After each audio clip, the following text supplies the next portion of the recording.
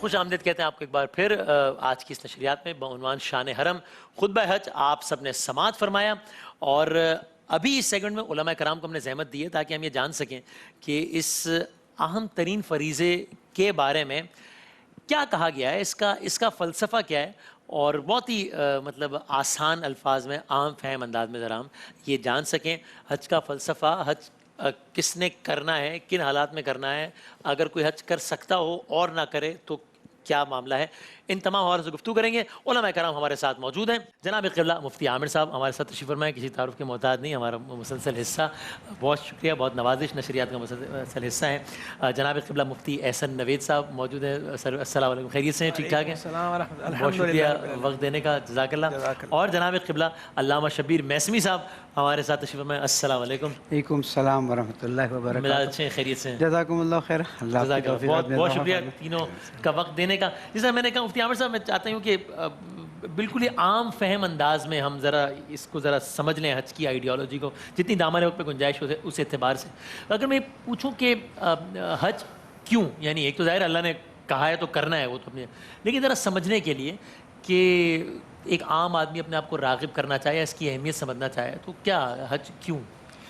بسم اللہ الرحمن الرحیم۔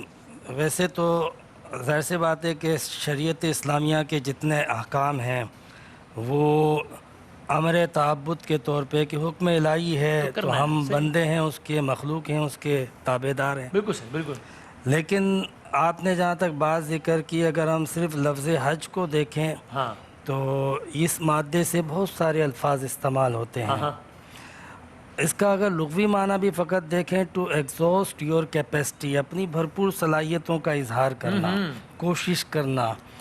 تو یہ ہم جب حج پہ جاتے ہیں آپ نے دیکھا ہوگا کہ اس سفر میں صعوبتیں، مشقتیں مختلف جو ہے وہ مناسک کو ادا کرتے ہوئے، صحیح ہے۔ پھر ہم جب اس کے بیک گراؤنڈ پہ نظر ڈالتے ہیں، جیسا کہ قرآن پاک میں بھی اللہ رب العزت نے حج کا ذکر کرتے ہوئے فرمایا لیشہدوا منافع للناس، لوگ جب آئیں گے تو اس کے منافع جو ہے وہ مشاہدہ کریں گے۔ یعنی یہ قدم قدم پہ جہاں ایک طرف اسپریچل جرنی ہے کہ ایک روحانی سفر ہوتا ہے، اس روحانی سفر کے اندر آپ کو باقاعدہ نظر آئے گا، باقاعدہ آپ دیکھیں گے کہ کہیں پہ ابراہیم کی یاد تازہ ہو رہی ہے، کہیں اسماعیل کی یاد تازہ ہو رہی ہے، کہیں سیدہ ہاجرہ کی یاد تازہ ہو رہی ہے، کہیں دیگر انبیاء کرام کی یادیں تازہ ہو رہی ہیں، کہیں نبی کریم علیہ السلام کی یادیں تازہ ہو رہی ہیں۔ تو اس سفر کو اگر دیکھا جائے تو ایک جو ہے وہ محبت کا سفر ہے۔ اللہ تبارک و تعالیٰ کے پیاروں نے جب جب جو ادائیں کی، اور ان اداؤں میں سے جن اداؤں کو اللہ تعالیٰ نے پسند کر لیا، قیامت تک کے لیے امر کر دیا اور ہر ایک کے لیے لازم کر دیا کہ بس یہ کرنا ہے ہر ایک نے، میں اپنے بندوں کو ان محبوب بندوں کے رنگ میں دیکھنا چاہتا ہوں۔ تو اللہ تبارک و تعالیٰ نے کہا کہ وَلِلَّهِ عَلَى النَّاسِ حِجُّ الْبَيْتِ مَنِ اسْتَطَاعَ إِلَيْهِ سَبِيلًا، ہر ایک پر ضروری ہے کہ کم سے کم ایک بار ضرور اس گھر کی زیارت کے لیے آئے۔ تو جب بندہ خانہ کعبہ پہ آتا ہے تو ان تمام یہ جس کو ہم کہتے ہیں نا حج کے مناسک، حج کے ارکان، یہ ساری وہ ادائیں ہیں طواف سے لے کے آخر تک کی۔ صحیح ہے۔ دوسرا آپ ایک چیز دیکھیں کہ بندہ اللہ پہ ایمان لاتا ہے، اللہ کی عبادت کرتا ہے، ساری زندگی اللہ اللہ کرتا ہے نا، تو کہتے ہیں کہ بندہ جس سے محبت کرتا ہے تو ایک ہوتا ہے کہ جس سے میں پیار کرتا ہوں اس کو دیکھوں، کبھی یہ حقیقت منتظر نظر آ لباس مجاز میں کہ ہزار سجدے تڑپ رہے ہیں میری ایک جبین نیاز میں، تو وہ جو کیفیت ہوتی ہے، اللہ کہتا ہے بندہ تو مجھے تو نہیں دیکھ سکتا، لیکن آپ میرے گھر کو دیکھ، میرے گھر کو دیکھ کے اپنی ان محبتوں کے داعیات کی تشفی، تسلی اور تسکین حاصل کر اس گھر کو دیکھ کے۔ تو آپ دیکھیں کہ وہ بندہ جو اللہ کا اطاعت گزار ہو، عبادت گزار ہو، جو اللہ پہ ایمان رکھتا ہو یا صرف اللہ سے محبت بھی کرتا ہو، وہ خانہ خدا کو دیکھتا ہے آنکھوں سے آنسو بہنے لگ جاتے ہیں۔ بے شک، واہ واہ۔ تو یہ ایک اس میں مزید بھی آگے بات کریں گے۔ قبلہ آج کی نشست ظاہر ہے کوئی فقہی عنوان سے نہیں ہے، لیکن یہ سوال بہت سارے لوگ سوچتے ہیں، اس لیے ذرا آسان میں سمجھا دیجیے گا کہ جب ہم کہتے ہیں کہ صاحب استطاعت پر حج فرض ہے تو یعنی آسان لفظوں میں کیا ہے، کس پر حج فرض ہے؟ ایک تو ظاہر ہے اگر کسی کے پاس اتنے پیسے ہی نہیں ہیں تو وہ تو ویسے ہی آؤٹ ہو گیا اس کیٹیگری سے، لیکن لوگ اس طرح کے سوال اکثر پوچھتے ہیں کہ پیسے ہیں لیکن اس پیسے سے اگلے سال بچی کی شادی کرانی ہے، یا لوگ پوچھتے ہیں کہ کیا کسی سے قرض لے کے چلا جاؤں کہ بعد میں واپس کر دوں گا۔ تو کن پر فرض ہے یا واجب جو بھی وہ یہ بتا دیں. بسم اللہ الرحمن الرحیم صلی اللہ علیہ حبیب محمد وعلی آلہ وصحبہ بارک وسلم. دیکھیں ایک بات تو یہ ہے کہ حج کے لیے بندے کا تندرست ہونا ضروری ہے. صحت اجازت دیتی ہو، بیمار نہ ہو. ایک بات. اچھا اس سے مطلب یہ تو نہیں ہے نا، سوری بات کر رہا ہوں، کہ اگر کوئی یہ کہے کہ یار اب وہ اتنا نہیں چلا جاتا. ایک تو ہوتا ہے ظاہر ہے نقاہت ہے، کمزوری، وہ تو الگ، لیکن نہیں یار 48 ڈگری ہے یار، یہ تو لیزی ہونا ہے، کاہلی اور سستی نہیں. تن کے ساتھ ساتھ من بھی درست ہونا ضروری ہے. صحیح، بالکل صحیح مفتاح نے لقمہ دیا کہ تن درستی کے ساتھ من درستی بھی ضروری ہے. واہ واہ واہ. تو ایک تو استطاعت کا مفہوم یہ ہے کہ بندہ تندرست ہو، بندہ بیمار نہ ہو، ایسا کوئی مرض نہ ہو کہ جو مرض حج ادا کرنے سے مانع ہو. دوسرا یہ ہے کہ اس کے پاس جو ہے وہ اتنی رقم ہو کہ وہ جو سفر کا خرچ ہے وہ برداشت کر سکتا ہو، اور وہاں جتنے دن رہنا ہے اتنے دن رہنے کا خرچ برداشت کر سکتا ہو اس کے پاس ہو. اور تیسری چیز اس کے اندر یہ ہے کہ جن لوگوں کا نان نفقہ اس کے ذمے ہے اتنے دنوں کا نان نفقہ بھی اس کے پاس موجود ہو.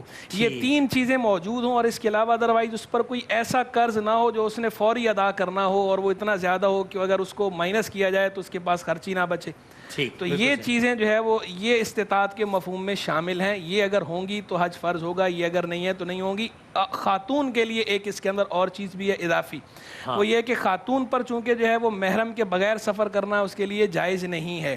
تو خاتون کے لیے حج فرض ہونے کے لیے یہ بھی لازم ہے کہ اس کے پاس اپنے کسی محرم کے اخراجات بھی ہوں، کہ وہ اس کا جو سفر خرچ ہے اور وہاں رہنے کا خرچہ ہے وہ خرچ بھی اگر اس کے پاس ہو تو اس پہ حج فرض ہوگا، ادروائز اس پہ حج فرض نہیں ہوگا. ایک بات. دوسری بات، بہت سارے لوگوں پہ حج فرض ہوتا ہے لیکن وہ یہ کہہ کے کہ جناب ہم عمر کے آخری حصے میں کریں گے یا بڑھاپے میں کریں گے حج، ابھی تو جو عمر ہی کیا ہے ہماری، ہم بعد میں کریں گے. اس کے اندر دیکھیں ایک تو یہ پہلو ملحوظ رکھیں کہ زندگی موت کا کوئی بھروسہ نہیں ہے، کس وقت جو ہے وہ ہمارا رشتہ اس دنیا سے منقطع ہو جائے تو فوراً کرنا چاہیے. دوسری بات، حج میں تاخیر کرنا بھی یہ مستقل ایک گناہ ہے. باقاعدہ فقہائے اسلام نے اس کی تصریح کر رکھی ہے، بالخصوص فقہ حنفی کے علماء نے، کہ اگر حج میں آپ تاخیر کریں گے بے عذر شرعی تو آپ کا یہ تاخیر کرنا مستقل ایک گناہ ہے، آپ گناہگار ہو رہے ہیں. تو اس گناہ سے بچنا بھی ضروری ہے، آپ نے فوراً کرنا ہے جب آپ پہ لازم ہو جائے تو. دوسرا پہلو یہ ہے کہ جب آپ بوڑھے ہو گئے تو بوڑھا ہونے کے بعد آپ کو وہاں کیا لطف آنا ہے، آپ سے صحیح طرح مناسک ادا ہی نہیں ہو پانے. اور اصل جو توبہ اور عبادت ہے وہ تو جوانی کی توبہ اور عبادت ہے. وہ جو شیخ سعدی نے کہا، در جوانی توبہ کردن شیبہ پیغمبریست، وقت پیری گرگ می شود پرہیزگار. کہ جوانی میں توبہ کرنا یہ پیغمبروں کا شیوہ ہے، پیغمبروں کا طریقہ ہے. بڑھاپے میں تو جو بھیڑیا ہے وہ بھی پرہیزگار بن جاتا ہے کہ اب وہ اس سے کوئی اور کام ہو ہی نہیں پاتا. تو جوانی میں جو توبہ ہے، جو جوانی کی عبادت ہے، جو جوانی کا حج ہے، اس کی ایک الگ ہی بات ہے، اس کی الگ کیفیات ہیں. اور انبیاء و مرسلین علیہ السلام کا طریقہ کار بھی یہی ہے. ریاضت کے یہی دن ہیں، بڑھاپے میں کہاں ہمت، جو کرنا ہے اب کر لو، ابھی نوری جوان تم ہو. واہ واہ. اور وہ جو میں نے ایک مثال دی وہ کس زمرے میں آئے گی؟ کہ مثال کے طور پہ کہ آج کل کے رکھیں کہ بھائی کسی کے پاس 15 لاکھ روپے جمع ہے اور اگلے سال بچی کی شادی ہے، تو اب یہ اس پہ حج لازم ہے، حج جو ہے اس پر لازم ہے، حج لازم ہے. کیونکہ بچی کی جو شادی کرنا ہے، شادی کے اندر یہ دیکھیں شادی کس چیز کا نام ہے؟ ایجاب و قبول کا نام ہے. دو گواہوں کی موجودگی میں ایجاب و قبول ہو جائے تو شادی ہو جاتی ہے. وہ جو اضافی خرچے ہیں وہ شریعت نے آپ پہ لازم نہیں کیے، معاشرے کی وہ آپ کے معاشرتی رسوم ہیں، اور وہ بھی ایک مطلب ایک الگ پہلو ہے، ٹریجک پہلو ہے. ایک ہمارا المیہ ہے، ٹریجڈی ہے، جس پہ ہم وقتاً وقتاً گفتگو کرتے رہتے ہیں کہ شادی کو آسان ہونا چاہیے، خرچہ اس کے اندر کم ہونا چاہیے. برکت والا نے کہا قرار ہی اسی کو دیا گیا کہ جس کے اندر خرچ کم سے کم ہو. صحیح. تو لازم ہے. اس میں پہلے تو فقہی حوالے سے اگر کوئی بھی اضافہ ہے یا تبدیلی تو آپ بتائیے، پھر میں آپ سے بسم اللہ الرحمن الرحیم. بہت خوبصورت طریقے سے انہوں نے بتایا. صرف یہ ہے کہ اگر اس سال استطاعت تھی اور نہیں گئے، آئندہ سال استطاعت ہے یا نہیں، پیدل جانا پڑے، قرض لے کے جانا پڑے، جانا ہے، اور اگر اس سے پہلے موت آ گئی تو ملک الموت پوچھیں گے یہودی مرنا چاہتے ہو، نصرانی مرنا چاہتے ہو یا مجوسی مرنا چاہتے ہو. اتنی تاکید. حج کو ہم نے اتنا آسان لے لیا ہے، اور خاص کر جب فرصت ہوگی، جب بڑھاپا ہوگا، وہ سب نہیں ہے. جیسے جس پر حج واجب ہوا، عورت پر ہمارے یہاں فقہ حنفیہ میں ایک فرق ہے، ہمارے یہاں عورت کے لیے محرم کی شرط نہیں، اگر سفر محفوظ ہے تو وہ جا سکتی ہے. جس پر بھی لڑکا بالغ ہوا اللہ نے کہیں سے اس کو پیسہ دے دیا, حج واجب ہو گیا. اب یہ نہیں کہہ سکتے میں ابا کو حج کرا لوں پھر امی کو کرا لوں, پھر جس پہ نماز جس پہ واجب ہوئی وہ نماز پڑھے گا نا. وہ تو نہیں کہے گا میں ابا کو نماز پڑھاؤں امی کو نماز پڑھاؤں. بالکل اسی طرح حج میں ذرا برابر بھی چھوٹ نہیں. مثال کے طور پر اگر کوئی ورکنگ وومن ہے, ان کی اپنی سیونگز ہیں, تو انہوں نے یا جس پر بھی ورکنگ وومن, ورکنگ مین, ورکنگ سن, صاحب پہ واجب ہو گیا تو ان کی بیگم پہ بھی واجب نہیں ہوا, وہ ان کے پاس اپنی سیونگ ہے تو وہ کرائیں حج. جس پر واجب ہوا ہے اس نے کرنا ہے. ہمیں یہ فون آتا ہے کہ والد صاحب نے نہیں کیا, امی نے نہیں کیا, آپ کرائیے, اللہ تعالیٰ آئندہ سال ان کی بھی کروا دے گا. اب یہاں پر میں آتا ہوں حج کے چھوٹے سے فلسفے پر. ہاں پلیز پلیز. کیونکہ اللہ سبحانہ و تعالیٰ کو اپنی ہر مخلوق سے, جو مکھی اڑ رہی اس سے بھی محبت ہے, انسان سے سب سے زیادہ محبت ہے, اور انسان کو اشرف المخلوقات قرار دیا ہے. تو انسان سے کہا کہ انسان اب جب تیرے پاس مال آنا شروع ہے, استطاعت شرط ہے نا, جب تیرے پاس مال آنا شروع ہوا ہے تو بجائے اس کے کہ تو مال کی طرف آگے بڑھ جا, ایک بار تو میری طرف آ جا اور پوری طرح سے آ جا. اس طرح سے آ جا کہ جو تو عام کپڑے پہنتا ہے وہ بھی اتار دے اور احرام کے کپڑے پہن. اس طرح سے آ جا کہ تو اندھیری رات میں مزدلفہ میں بیٹھ, عرفات میں فارغ ہو کے میرے لیے بیٹھ, صرف مجھے یاد کر. ان دنوں میں جب تو مجھے یاد کر لے گا پھر تجھے میں ایسا بنا دوں گا کہ تو مجھ سے دور ہونے کی خواہش نہیں رکھے گا. یہ اللہ سے محبت کا ایک رشتہ ہے.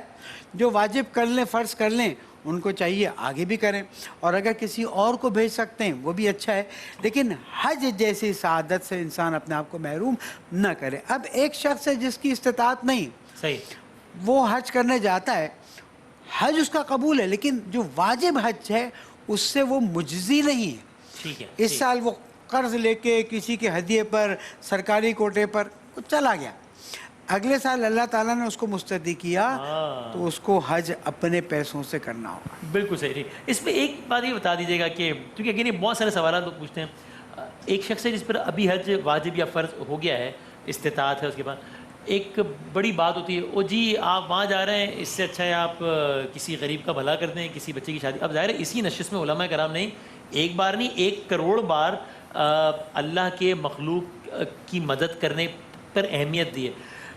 لیکن میں پتہ نہیں, میری اپنی رائے آپ بتائیے, مجھے کرے کیجیے گا کہ میں یہ آرگیومنٹ کبھی اس وقت نہیں سنتا جب شادی پہ 10-25 لاکھ خرچ ہو رہا ہوتا ہے, تب میں آرگیومنٹ نہیں سنتا کہ یار یہ 25 لاکھ کا خرچہ 5 لاکھ کر دو, 20 لاکھ. حج پہ قربانی میں آرگیومنٹ ہوں کہ یار یہ چھوڑو, کسی کی مدد کر دو یار. جی یہ بات بالکل معاشرے میں عام ہے کہ جناب بچی کی شادی کرا دو, غریب کو ربا کو دے دو. فرض کے مقابلے میں کوئی چیز نہیں آ سکتی. ٹھیک ہے, وہ سب ثواب ہے. ٹھیک ہے, آپ 25 لاکھ کا حج کر رہے تھے, آپ 5 لاکھ والے میں کر لیں. ہاں, جو گروپس لے جاتے ہیں آج کل کے زمانے میں تو یہ کیا مسئلہ ہے, تو آپ 5 لاکھ والے میں چلے جائیں, لیکن آپ وہاں پر سختی کو برداشت کرنے کے لیے تیار نہیں ہیں. تو اللہ تعالیٰ بھی نہیں چاہتا آپ سختی برداشت کریں, جتنا ہے آپ حوصلہ کریں. لیکن جہاں فرض کا مسئلہ آ جائے گا نا, وہاں پر انسان واجب حج کے بجائے یہ نہیں ہو سکے گا, کوئی اس کے عوض میں نہیں ہے. بالکل صحیح ہے جی, بالکل ٹھیک. اب یہاں سے بتائیے نا کہ جب یہ یعنی ایک تو فقہی پہلو ہے حج کے, ان کی ظاہر اپنی بہت ساری ڈیٹیلز ہیں کہ احرام باندھا, اس میں ہو سکتا ہے کوئی رائے کہیں کہیں جزیات میں کچھ فرق بھی ہو.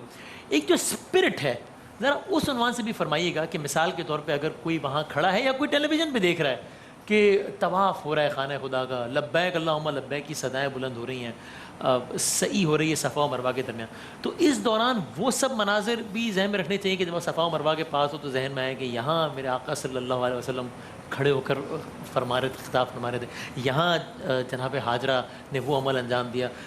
اس ساری چیزوں کو بھی یعنی جہاں فقہی مسائل اہم ہیں وہاں پر اس کی بھی اہمیت اپنی جگہ پر ہے تاکہ وہ اسپرٹ بھی لوز نہ ہو. جی ہاں بالکل.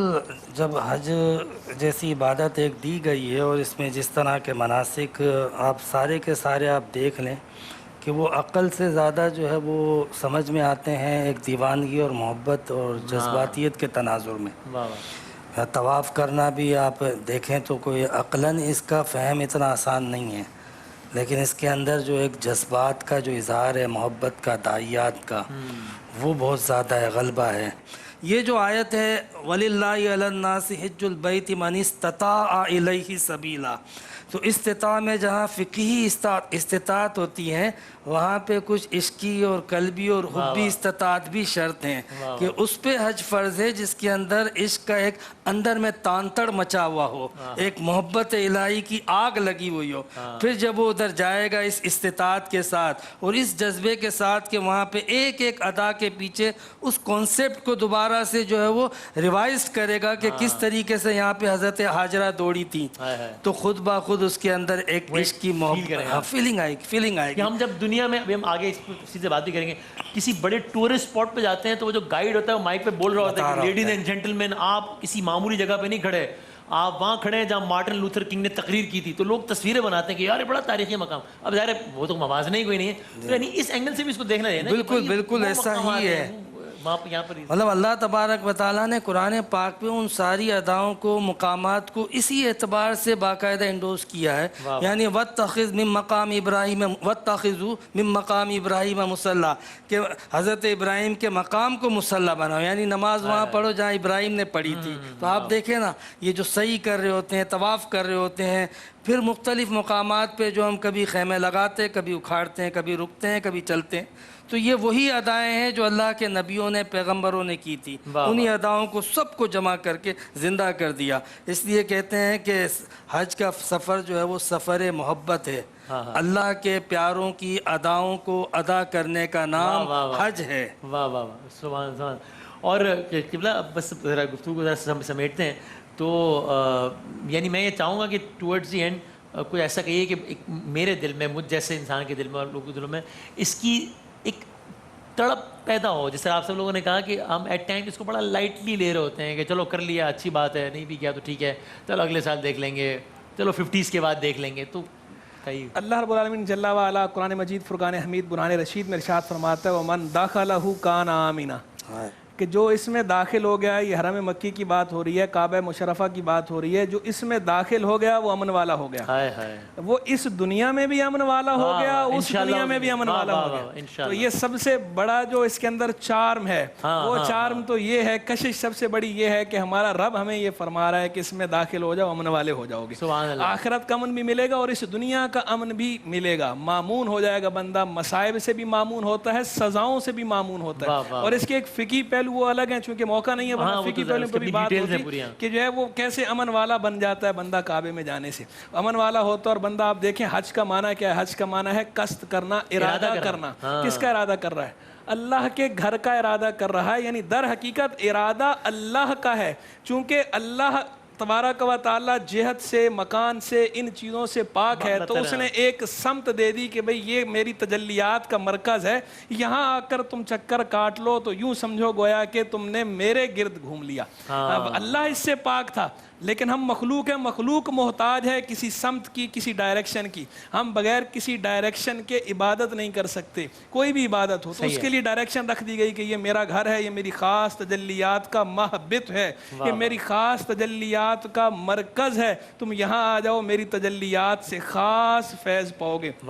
تصدق ہو رہے ہیں لاکھوں بندے گرد پھر پھر کر، طواف خانہ کعبہ عجب دلچسپ منظر ہے. خبر کیا ہے بھکاری کیسی کیسی نعمتیں پائیں. یہ اونچا گھر ہے، یہ اونچا گھر ہے، اس کی بھیک اندازے سے باہر ہے. تو وہاں جا کے بندے کو جو حاصل ہونا ہے، بندہ ارادہ کر کے چلا اللہ کا. قرآن میں یہ بھی نا فَفِرُّوا إِلَى اللَّهِ، اللہ کی طرف دوڑو. تو آپ حج کے ذرا مناظر دیکھیں تو صحیح، یہ حقیقتاً جو ہے وہ فرار الی اللہ ہی تو ہے. یہ اللہ کی طرف دوڑنے کی منظر کشی تو ہو رہی ہے کہ سارے ایک جیسے لباس میں، سارے جو ہے وہ برہنہ سر اور دو بے سلی چادریں اگلوں نے اوڑی ہوئی ہیں، اور وہ کفن، وہ موتو قبلان تو موتو کی کیفیت لیے ہوئے، مرنے سے پہلے مر جاؤ. وہ سٹیٹ اس سٹیٹ سے اس سٹیٹ میں جا رہے ہیں. اپنی چیزیں اپنے ارادہ و اختیار سے باہر ہو گئے، اپنے آپ کو سپرد کر دیا اپنے مالک و مولا کے اختیار کے، ارادے کے. وما تشاءون الا ان یشاء اللہ رب العالمین کا مظہر بنے ہوئے ہیں. مظہر بن کے بندے سارے اس طرف جا رہے ہیں. تو اس کی جو اس کا لطف ہے، اس کی جو کیفیت ہے، جو مستی ہے اس کے اندر، وہ کیا بات ہے، کیا کہنے. اور پھر جو فضیلت اس پہ بتائی گئی کہ جو حج کر لے اور اس کے اندر رفث نہ ہو، فسوق نہ ہو، جدال نہ ہو، تو فضیلت کیا ہے؟ ایسا ہے جیسے اس دن جس دن پیدا ہوا، جس دن پیدا ہوا تھا گناہوں سے پاک تھا، گناہوں سے پاک ہو گیا. یہ دوسرا چارم جو ہے، گناہوں سے پاک ہو گیا بندہ. سبحان اللہ. میں عرض کروں کہ حج کے اجتماعی پہلو پر بھی ایک نقطہ اگر عرض کر دیا جائے. ضرور ضرور ضرور.